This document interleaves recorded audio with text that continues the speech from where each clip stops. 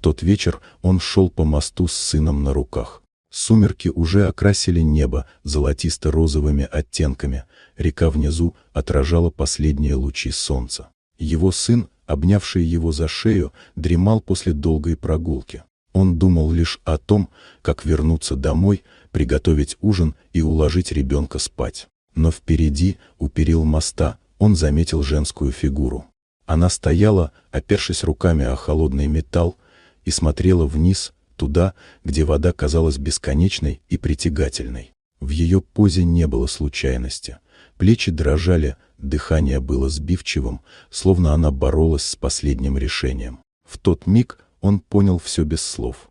Сын на его руках пошевелился, будто напоминая: нельзя пройти мимо. Он крепче прижал ребенка и сделал шаг навстречу женщине. Когда он протянул руку, все внутри него сжалось. Он не знал, успеет ли, примет ли она эту помощь. Но она позволила удержать себя. Один ее взгляд в тот момент говорил больше любых признаний. Это было возвращение к жизни. С тех пор они больше не были чужими. Он начал находить ее в своей жизни снова и снова, то случайно встретив на улице, то услышав ее голос по телефону, который она набралась смелости ему оставить. Их разговоры начинались с неловких фраз, но постепенно становились длиннее и теплее. Она рассказывала о своей боли, о том, что потеряла смысл, а он о своем сыне, о трудностях отцовства в одиночку, о бессонных ночах и маленьких победах. Ее сердце постепенно оживало рядом с этим мужчиной и его мальчиком. Сын принимал ее так естественно, как будто всегда знал, именно она должна быть рядом. Девушка впервые за долгое время смеялась, а он снова ощущал, что не несет все на плечах в одиночку.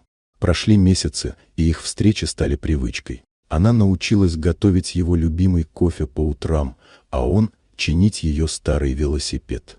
Вместе они гуляли по тем же мостам и паркам, где когда-то встретились, но теперь эти места были наполнены смехом и детскими голосами.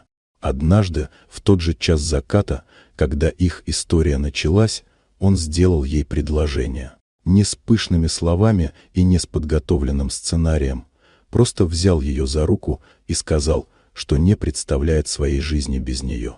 Она согласилась, и ее глаза были полны той самой благодарности, которая когда-то спасла ее.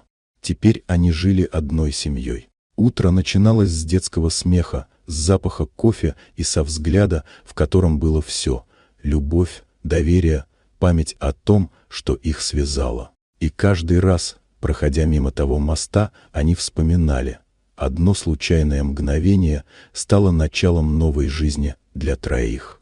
Вот такая удивительная история. Дорогие друзья, если вам понравилось видео, поставьте лайк, а также подписывайтесь на канал, впереди еще много интересного.